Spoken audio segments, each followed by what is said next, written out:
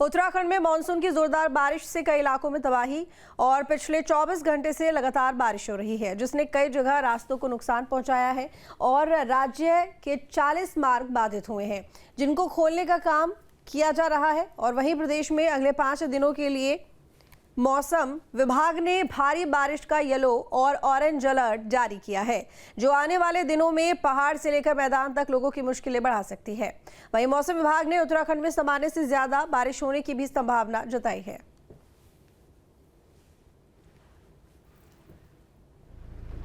तो बता दें कि प्रदेश में 40 से ज़्यादा मार्ग ऐसे हैं जो कि बंद हो गए हैं इसी बारिश की वजह से, भूस्खलन की वजह से।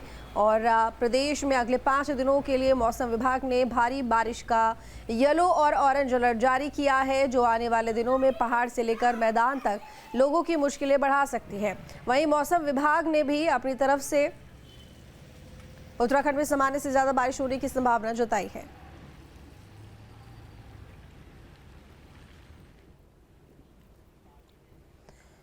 महावीर नेगी हमारे साथ में जुड़ी हुई है लाइव ज्यादा जानकारी के साथ में। महावीर, क्योंकि लगातार बारिश हो रही है और आगे अगले 5 दिनों में भी इसी तरह से बारिश रहने के आसार हैं, ऐसा मौसम विभाग की तरफ से संभावना जताई गई है।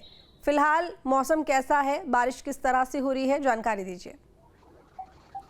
देखिए, तो अगर मौसम की बात करें और मैं हरिद्वार की पर्टिकुलर संबंध में बात करूं तो हरिद्वार में जो एक तरह से मौसम है वो आंख मिचोली यहाँ चल रहा है। सुबह हमने देखा कि जिस तरह से बारिश हुई और बारिश के बाद मौसम एकदम सुहाना हुआ और उसके साथ साथ जो राहत, एक तरह से उमस वाली गर्मी से जो राहत थी वो लोगों को यहाँ मिली। लेकिन अब फिलहाल क्योंकि बारिश नहीं है, आसमान पर बादल जरूर है और जो उमस की स्थिति है वो लगातार यहाँ पर बढ़ रही है, ह्यूमिडिटी बहुत ज्यादा है। तो ऐसे में जो गर्मी का तापमान है वो भी यहाँ बढ़ रहा है। लेकिन ओवरऑल अगर उत्तराखंड की यहाँ पर बात की जाए तो जिस तरह से मौसम विभाग ने भी चेतावनी दी थी अगले 5 दिनों में बारिश जो हो सकती है और कई इलाकों में बहुत जोरदार बारिश हो सकती है। तो ऐसे में कहीं ना कहीं जो समस्याएं हैं, जो दिक्कतें हैं वो भी बढ़ सकती है, क्योंकि हम लगातार देख रहे हैं कि जो मानसून सीजन होता है वो उत्तराखंड के लिए कहीं ना कहीं आपदाएं और जो कठिनाई है वो लेकर आता है। और शुरुआती दौर में हमने देखा कि पहाड़ की कई जगह ऐसी स्थितियां हैं कि जहाँ पर रास्ते बंद है,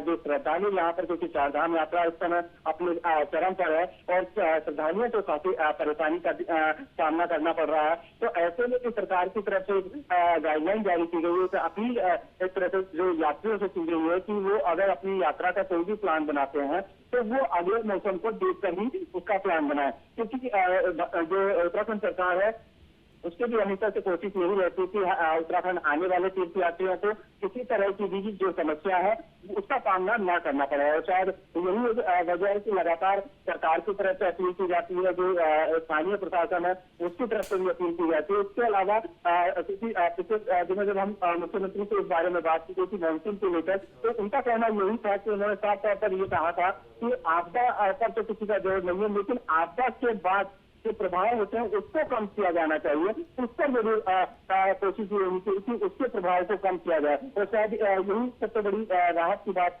हम कह सकते हैं कि लगातार सरकार इस बारे में सोच रही है। जो तैयारियां हैं इसको लेकर किस तरह से निपटना चाहिए और कैसी तैयारियां होनी चाहिए, उस पर जोर यहाँ पर सरकार का दिखाई दे रहा है। ठीक है, बहुत शुक्रिया आपका तमाम जानकारी के लिए महावीर। जहाँ भक्ति है हर शब्द में, कथाओं में छिपे हैं दिव्य रहस्य और ज्योतिष देता है जीवन को दिशा। धर्म से जुड़ी हर बातों को जानने के लिए हमारे चैनल स्तुति को सब्सक्राइब करें। चैनल पर जाने के लिए इस लिंक पर क्लिक करें।